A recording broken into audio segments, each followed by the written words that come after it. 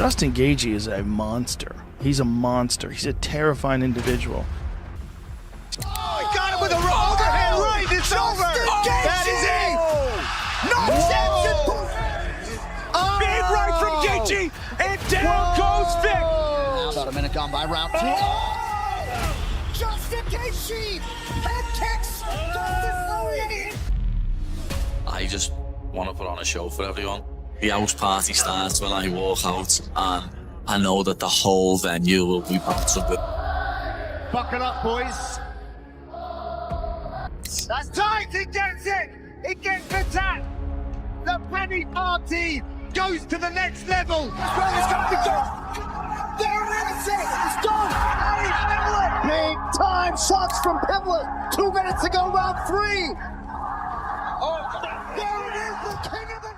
Hello and welcome back to a new video. Considering how well the first video did on the channel, I thought we would bring back another fight breakdown, and what better than the most chaotic fight of the year. From the opening exchange, it was clear that both fighters came forward with clear intent, throwing some heavy shots without much hesitation, but almost straight away you could see that Paddy's striking style stood out, and not necessarily in a good way. Paddy repeatedly advanced with his chin raised and his hands fairly low, which was almost daring Justin to test his durability, and he did. You can see early that hooks and straight shots were landing, snapping Paddy's head back, yet he kept walking forward as if almost nothing had happened, which led to him being dropped early on in the first round. But respect to him, he was able to recover quite nicely, getting back to his feet. You can see here specifically that instead of stepping clearly into range, Paddy would keep resetting himself mid-movement. So he'd drive off his back foot, hesitate to bring his lead foot forward, and then bring it back and step in again, which made for one sort of smooth movement was kind of broken down into 2 or 3 broken steps. What should have been one smooth entry turned into 2 or 3 steps, which Gaethje found really easy to read and effectively counter. And the jab was exactly the same. Every time Paddy threw it, his elbow would flare wide, and this habit kind of gave away. It was a bit of a tell of when the jab was coming. So Justin didn't need to use his speed and timing to avoid it. He could simply step off to the side, change angle, avoid it, and then counter.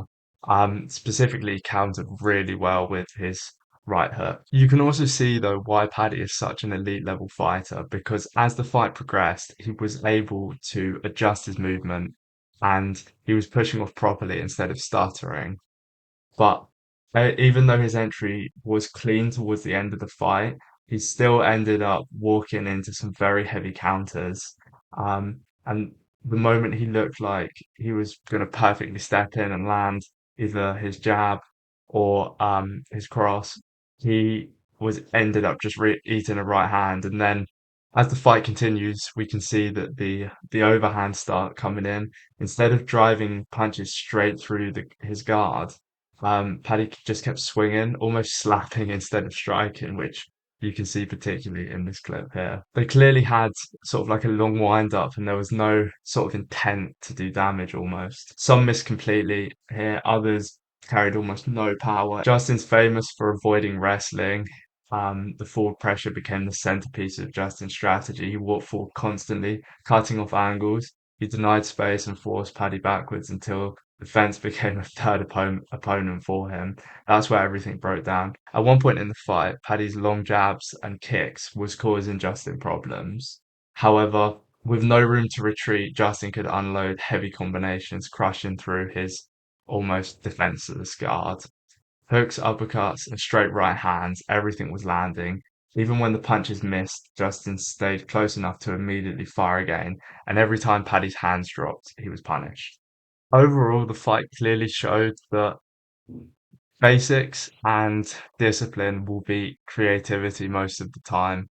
And thank you all very much for watching the video. If you did enjoy, don't forget to leave a like and subscribe. And if you want to see me do more UFC fight breakdowns, let me know in the comments below. And let me know if you enjoyed Paddy versus Justin and if it was the fight of the year.